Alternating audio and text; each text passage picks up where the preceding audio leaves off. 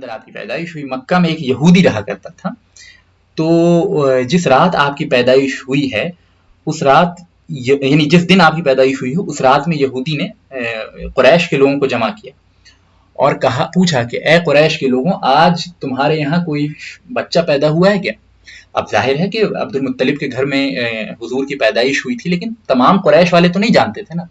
ये तो खुसूसन ये गैदरिंग मर्दों की थी, तो मर्दों को तमाम अहवाल तो वाकिफ नहीं होते किसके घर में कौन बच्चा होता। उन्होंने कहा कि हमें तो इस बात का इल्म नहीं, हमारे इल्म में तो कोई पैदा नहीं हुआ।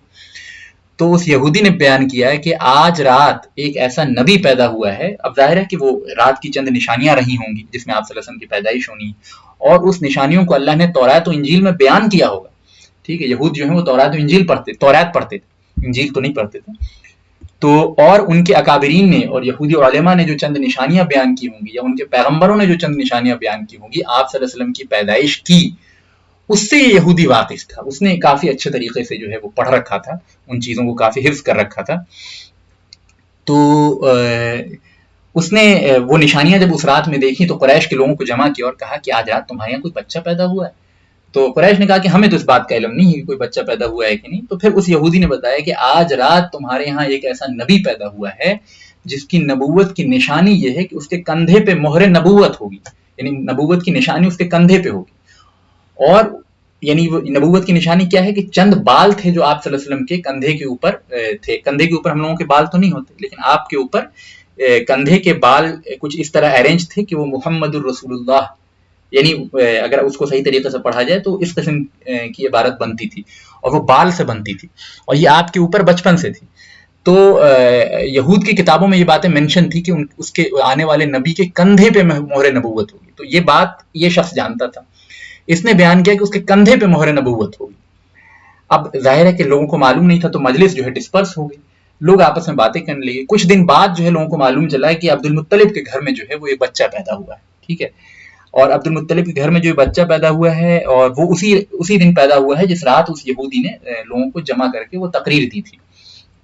तो लोग पहुंचे और यहूदी को बताया कि आप हजरत, आप जो उस दिन बता रहे थे कि वो एक नबी पैदा होने वाला है और एक बच्चा पैदा हुआ है, वो अब्दुल मुत्तलिब के घर में हुआ है। आमिना को एक बेटा हुआ है। तो अब यहूदी जो है वो, अब जाहिर है कि तमाम कुरैश के लोग इस चीज से वाकिफ नहीं थे, लेकिन कुछ लोग जो है उस यहूदी के पास गए थे।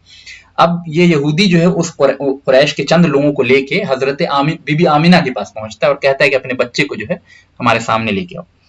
जब रसूलुल्लाह सल्लल्लाहु अलैहि वसल्लम गोदी में थे, जो आप सल्लल्लाहु अलैहि वसल्लम को सामने लाया गया, तो यहूदी ने आपकी शक्ल को देख के पहचान लिया और फते जोश में, यानी यूं समझ लीजिए कि उसके ऊपर, यानी उसको बड़ी खुशी हुई होगी कि जिस नबी का हम इतने दिन से इंतजार कर रहे थे, या उसको बहुत गम भी हुआ कि हमारे जो है नस्ल में वो नबी पैदा नहीं हुआ।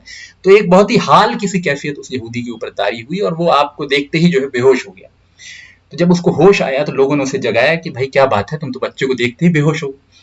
तो उसने कहा कि ए कुरैश के लोगों, नबूवत जो है बनु इसराइल में से अब खत्म हो गई, तो मुझे इस बात का गम है। तो इस गम की वजह से जो है मैं बेहोश हो गया इस बच्चे को देखते हुए, और मैंने पहचान लिया कि ये वही नबी है जिसका जिक्र जो है तौरात में और जिसका जिक्र पिछले अंबिया करते आए। और तुम्हें मुबारक हो कुरैश, ये नबी तुम्हारे दरमियान पैदा हुआ है, और अनकरीब ये नबी तुम्हें इतना मजबूत कर देगा, इतना मशहूर कर देगा, इतना मुस्तहकम बना देगा कि मशरिक से मगरिब तक, ईस्ट से लेके वेस्ट तक सिर्फ तुम्हारे चर्चे होंगे। और ये पेशनगोई करके कुछ ही महीनों बाद जो है, कुछ ही साल बाद उस यहूदी का इंतकाल हो गया। बहरहाल कुरैश के सारे लोग इस बात को नहीं जानते थे, चंद लोग जानते थे। उन्होंने सोचा कि बस ऐसी बातें हैं, वो तो बातें आई, बातें हो गई, खत्म हो गई। उन्होंने ज्यादा इस बात को ध्यान नहीं दिया, लोग भूल गए। लेकिन जब आपकी नबूवत जाहिर हुई और फिर कुछ लोगों को ये इंसिडेंट याद आया, तो फिर उन्होंने जो है वो इस चीज को आगे कन्वे किया। तो अब हमको ये किताब इब्न इसहाक में ये वाक़या मिलता है, और सीरा नबविया में अल्लामा इब्न कसीर की ये वाक़या मौजूद है। ये वाक़या बड़ा इंटरेस्टिंग था, मैंने सोचा आपके साथ इसको शेयर किया जाए।